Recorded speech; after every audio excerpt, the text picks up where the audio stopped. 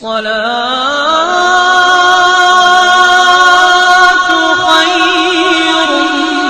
من النوم. میرے عزیز دوستوں اور ساتھیوں، بڑے افسوس کے ساتھ آج کے اس دور کو دیکھا جا رہا ہے کہ کورونا وائرس نامک بیماری کو جیسے جڑ سے ختم کرنے کی کوشش کیا جا رہا ہے اور پوری قوم اس کام میں لگی ہوئی ہے، لیکن اس کے اثرات دن بدن بڑھتے جا رہے ہیں۔ اس پر میں ایک دلچسپ بات آپ کے سامنے عرض کروں گا۔ خلیفہ ہارون رشید کے دور میں ایک بار بہت بڑا قحط پڑ گیا۔ اس قحط کے آثار سمرقند سے لے کر بغداد تک اور کوفہ سے لے کر مراکز تک ظاہر ہونے لگے۔ ہارون رشید نے اس قحط سے نپٹنے کے لیے تمام تدبیریں آزما لی۔ انہوں نے غلے دانے کے گودام کھول دیے، ٹیکس معاف کر دیا، پوری سلطنت میں سرکاری لنگر کھانے قائم کر دیے، لیکن اس کے باوجود بھی عوام کے حالات ٹھیک ہی نہیں ہو رہے تھے۔ ایک رات ہارون رشید فکر میں ڈوبے ہوئے تھے، انہیں نیند نہیں آ رہی تھی۔ فکر کے اس عالم میں انہوں نے اپنے وزیر اعظم یحییٰ بن خالد کو طلب کیا۔ یحییٰ بن خالد ہارون رشید کے استاذ بھی تھے، انہوں نے بچپن سے ہی بادشاہ کی تربیت کی تھی۔ ہارون رشید نے یحییٰ بن خالد سے کہا کہ مجھے کوئی ایسی کہانی یا ایسی داستان سنائیے جس سے سن کر مجھے قرار آ جائے، کیونکہ میں بہت بے چین ہوں۔ یحییٰ بن خالد مسکرائے اور عرض کرنے لگے کہ جنگل میں ایک بندریا سفر کے لیے روانہ ہونے والی تھی۔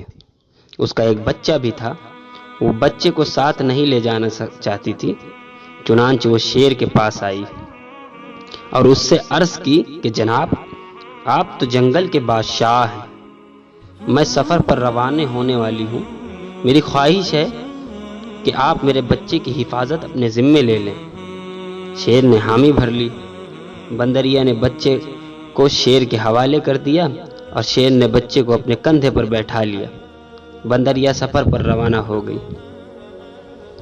اب شیر روزانہ بندریا کے بچے کو کندھے پر بیٹھاتا اور جنگل میں اپنے رزہ مرہ کے کام کرتا۔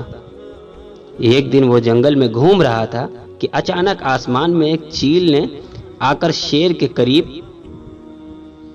بندریا کا بچہ اٹھا لیا اور آسمان میں گم ہو گئی۔ شیر جنگل میں بھاگا دوڑا لیکن چیل کو نہ پکڑ سکا۔ چند دن کے بعد بندریا واپس آئی اور شیر سے اپنے بچے کو مانگنے لگی اور اپنے بچے کے بارے میں پوچھنے لگی۔ شیر نے شرمندگی سے جواب دیا کہ تمہارا بچہ تو چیل لے گیا ہے۔ بندریا کو غصہ آ گیا اور اس نے چلا کر کہا، تم کیسے بادشاہ ہو؟ تم ایک امانت کی حفاظت نہیں کر سکے، تم اس سارے جنگل کا نظام کیسے چلاؤ گے؟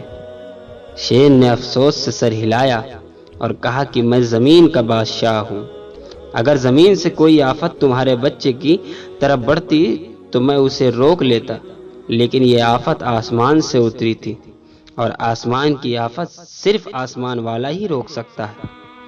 یہ کہانی سنانے کے بعد یحییٰ بن خالد نے ہارون رشید سے عرض کیا کہ بادشاہ سلامت، قحط کی آفت بھی اگر زمین سے نکلتی تو آپ اسے روک لیتے، یہ آسمان کا عذاب ہے، اسے صرف اللہ تعالیٰ روک سکتا ہے، چنانچہ آپ اسے روکنے کے لیے بادشاہ نہ بنے بلکہ فقیر بنے۔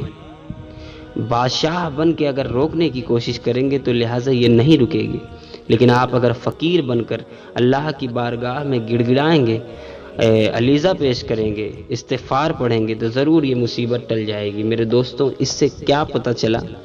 پتہ یہ چلا کہ یہ مصیبت جو آج ہمارے اوپر مسلط کی گئی ہے، اگر ہم اسے تکبرہ انداز میں روکنے کی کوشش کریں گے تو ہرگز نہیں رکے گی۔ لہٰذا اللہ سے استغفار کریں، توبہ کریں اور دعائیں کریں کہ اللہ اس مصیبت کو ہماری دنیا سے نیست و نابود کر دے۔ استغفر اللہ ربی من کل ذنب و اتوب الیہ۔